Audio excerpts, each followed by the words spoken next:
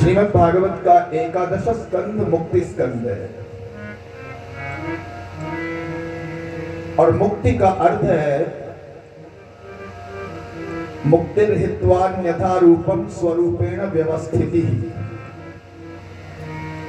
मुक्ति का अभिप्राय है अन्यथा रूप के त्याग का करके और अपने सच्चे स्वरूप में, अपने असली स्वरूप में व्यवस्थित हो जाना, बैठ जाना, प्रतिष्ठित हो जाना, इसको बोलते हैं मुक्ति।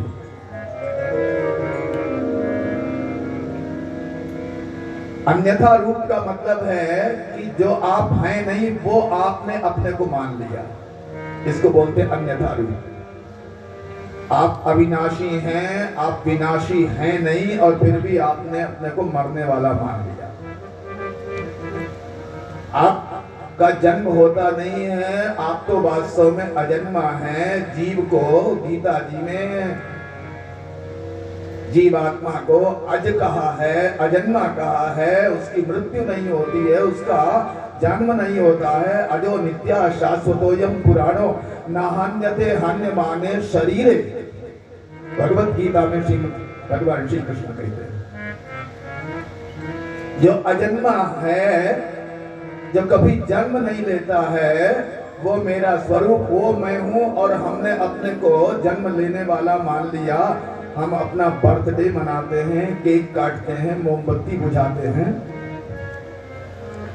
तो जो हम हैं नहीं हमने वो अपने को माना। हम वास्तव में चैतन्य हैं, चित स्वरूप हैं, जड़ नहीं है, लेकिन हमने अपने को चैतन्य होकर भी जड़ मान लिया। ये अन्यथा रूप है। हम वास्तव में दुखी नहीं है, सुखी नहीं है। दुख सुख ये सब मन के धर्म है, ये हमारे धर्म नहीं है, ये हमारा स्वभाव नहीं है। फिर भी हम अपने को दुखी मान बैठे, सुखी मान बैठे, ये अन्यथा रूप है। इस अन्यथा रूप का त्याग करके अपने सच्चिदानंद स्वरूप में व्यवस्थित हो जाना, प्रतिष्ठित हो जाना, इसको बोलते हैं मुक्ति। हम अपनी उन अन्यथा मान्यताओं का त्याग करके अपने को अविनाशी आनंद स्वरूप चैतन्य माने, समझें और ये समझ हमारी दृढ़ बन जाए, कभी टूटे नहीं, कभी छूटे नहीं।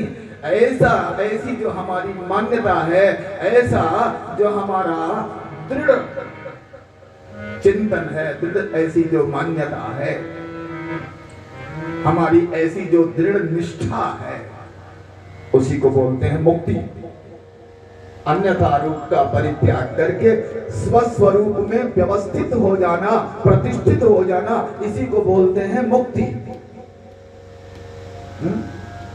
तो श्रीमद् भागवत का 11वां स्कंद मुक्ति स्कंद है। प्रायः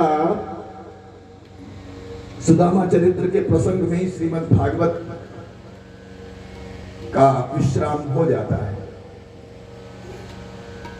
परंतु यहाँ श्रीमद् भागवत के सुदामा चरित्र के बाद में 10वें स्कंद के 10 अध्याय और फिर 11वां स्कंद, उसके बाद 12वां स्कंद, ये 2 स्कंद और शेष रहते हैं।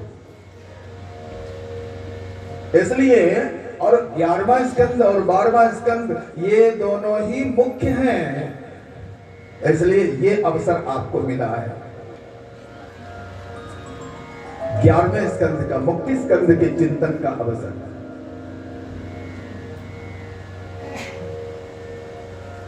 और भगवान श्री कृष्ण के संकल्प से यदुवंशी बालकों को शाप मिला,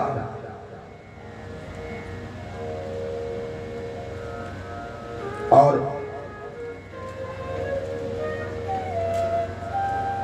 ये शाप ऋषियों के द्वारा प्राप्त हुआ, क्योंकि महात्माओं से हंसी कर रहे थे।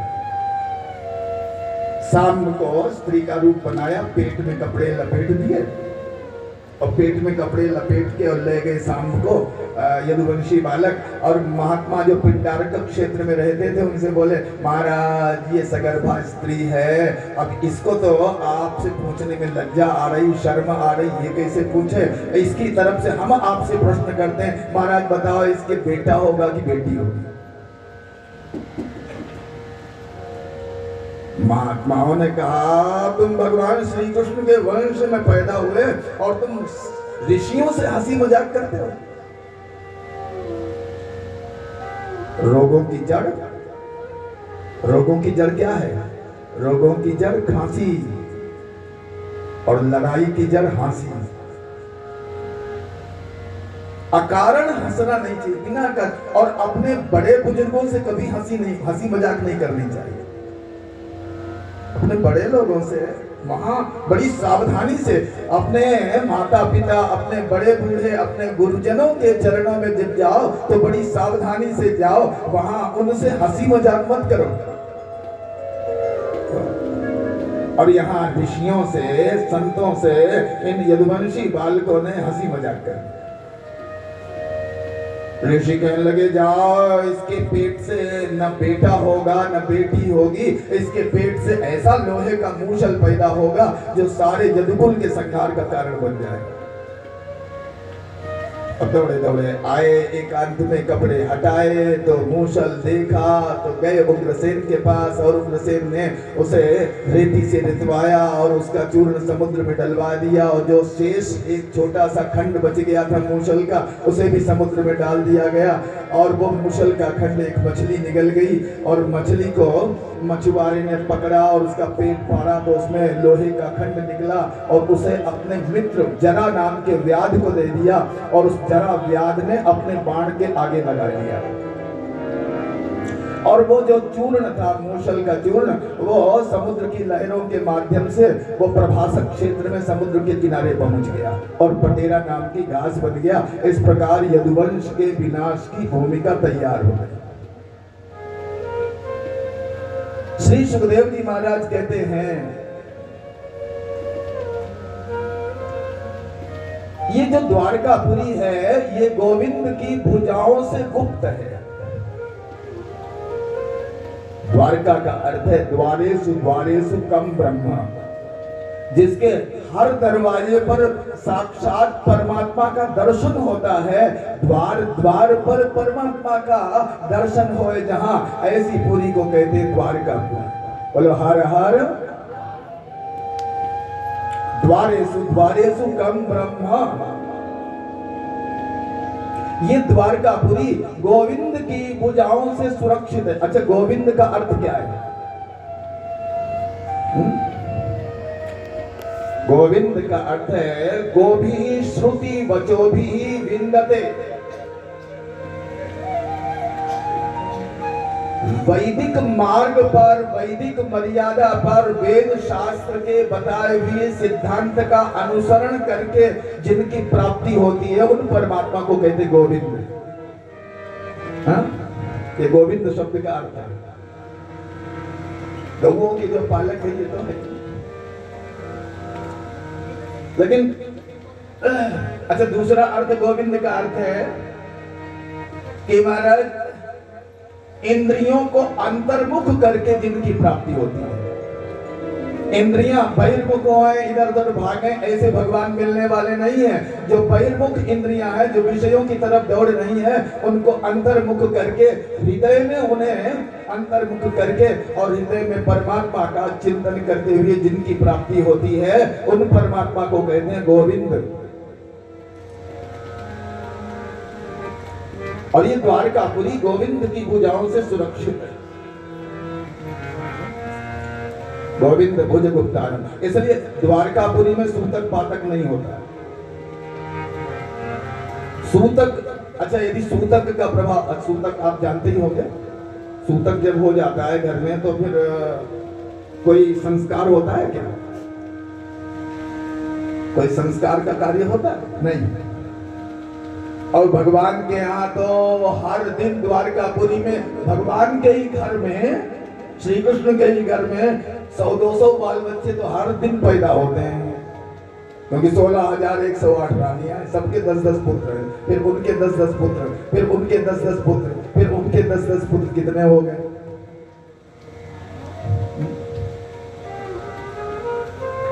अब महाराज ये तो प्रतिदिन का नियम है, यहाँ 100-200 बच्चे तो भगवान के घर में ही पैदा होते हैं।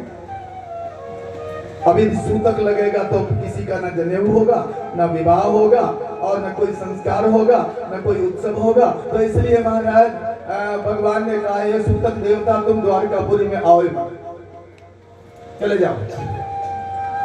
तो द्वारकापुरी में सूतक नहीं लगता है, और मरता कोई है नहीं, तो इसलिए पातक भी नहीं लगता,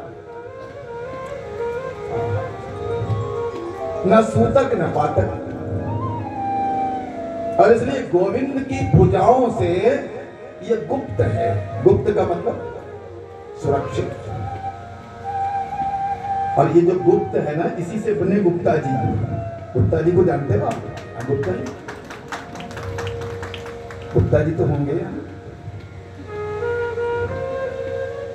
अरे भाई, गुप्ता का मतलब जो घाटा मुनाफा दोनों को पचाना जाने।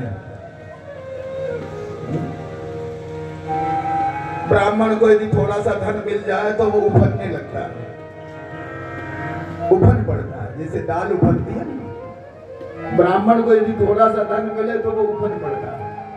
लेकिन ये गुप्ता जी महाराज, इनको तो करोड़ों करोड़ों का लाभ हो जाता है। और मान लो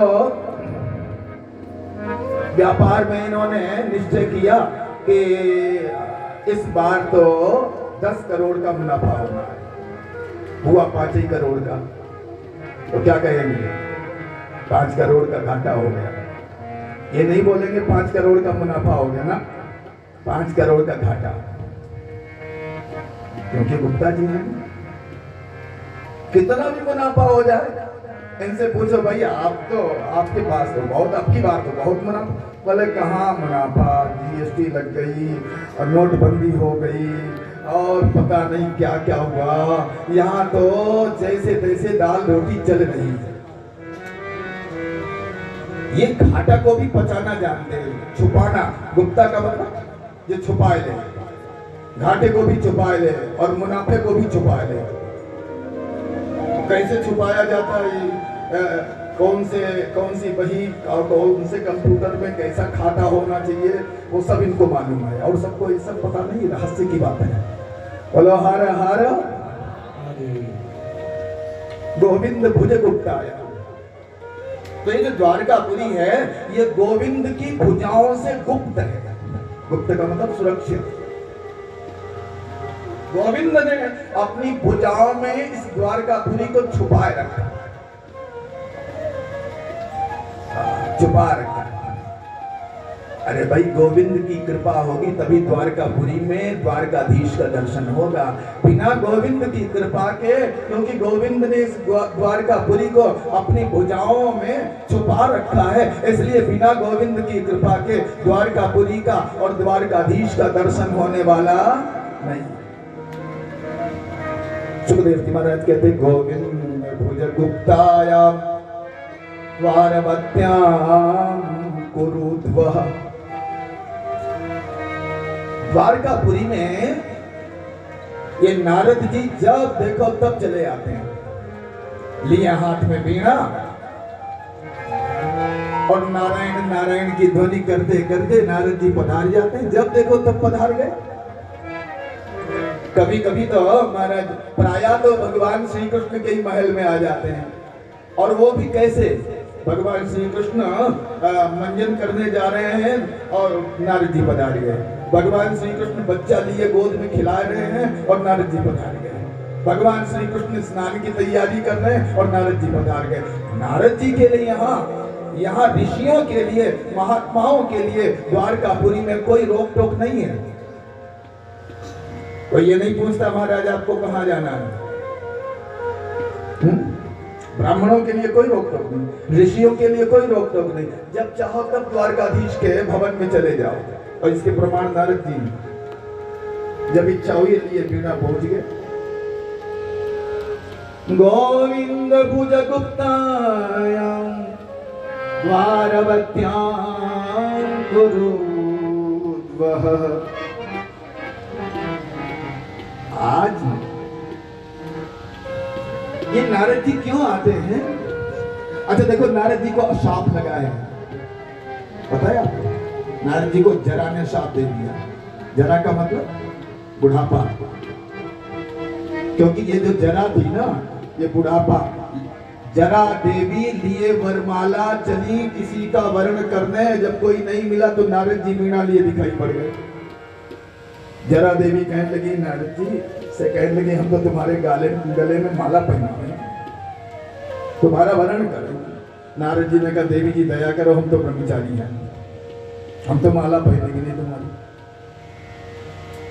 जरा देवी कहने लगी नहीं, हम तो आपके गले में माला पहनाएंगे, हम तो आपको ही वर्ण करेंगी, और हम तो आप हमें पसंद आ गए महाराज, हम तो आपका वर्ण करेंगे। उन्होंने कहा नहीं नहीं, हम नहीं माला पहनेंगे, हम नहीं वर्ण करेंगे तुम्हारा। जरा को आ गया गुस्सा, जरा ने दे दिया शाप। और उन्होंने कहा जाओ महाराज, यदि तुम हमारा वर्ण नहीं करते हो तो हम तुम्हें शाप देती हैं, तुम कहीं एक जगह टिक नहीं पाओगे। नारद जी कहने लगे वाह वाह जरा देवी, ये तो बड़ा बढ़िया किया तुमने। रमता जोगी बहता पानी, जोगी चलता फिरता रहे तो उसे कहीं राग नहीं होता है, कहीं उसका लगाव नहीं होता है, किसी में वो चिपकता नहीं है, और पानी बहता रहे तो वो निर्मल होता रहे, और योगी चलता फिरता रहे तो वो उसका चित्त निर्मल रहता है। तो ये तो बड़ी अच्छी बात है। जरा ने शाप दे दिया, प्रजापति दक्ष ने भी शाप दे दिया, और इसलिए नारद जी कहीं एक जगह टिक नहीं पाते हैं। पर द्वारकापुरी में जब आते हैं तो महीनों महीनों तक ठहर जाते हैं। क्यों? क्योंकि यहाँ गोविंद भुज गुप्तायाम, क्योंकि ये द्वारकापुरी गोविंद की भुजाओं से सुरक्षित है, यहाँ किसी के शाप का भी प्रभाव नहीं लगता। बोलो हर हर, ऐसी द्वारकापुरी। अब तो महाराज ये नारद जी द्वारकापुरी में क्यों बने रहते हैं? बोले इसलिए बने रहते हैं क्योंकि कृष्णोपासना लालसा, इनके मन में एक लालसा बनी रहती है। जैसे हमारे मन में धन कमाने की लालसा, पड़ोसी की कार यदि 20 लाख की आ गई तो हम 50 लाख की ले आवे, ये लालसा। पड़ोसी का मकान यदि 1 मंजिल का है तो हम 2 मंजिल का बना ले, ये लालसा। लेकिन नारद जी की क्या लालसा है? लालसा का मतलब इच्छा बनी रहती है। क्या? कृष्ण उपासना लालसा, भगवान श्री कृष्ण की उपासना की लालसा इनके मन में हर समय बनी रहती है। श्री कृष्ण के आसन के पास इनका आसन बिछा रहे, ये बैठे रहे, श्री कृष्ण के समीप बैठे रहे, श्री कृष्ण के चिंतन में हर समय डूबे रहे, ये लालसा देवर्षि नारद की हर समय बनी रहती है। कृष्ण उपासना लालसा। कौन राजन इंद्रियवान मुकुंद चरणाम्बुजं।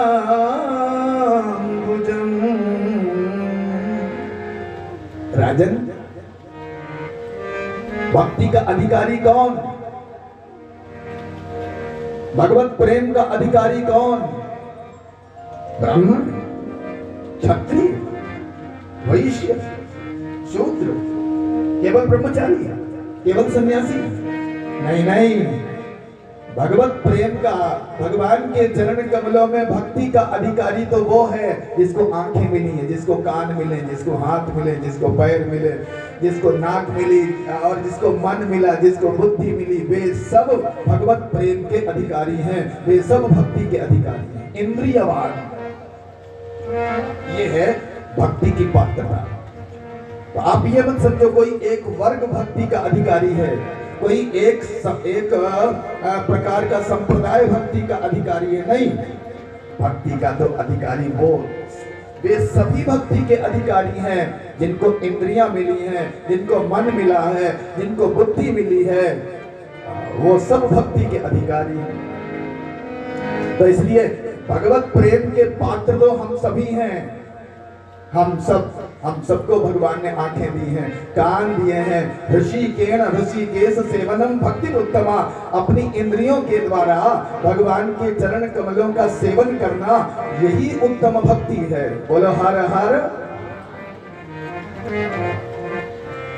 एक संत बैठे थे, पास में बैठा था कुत्ता।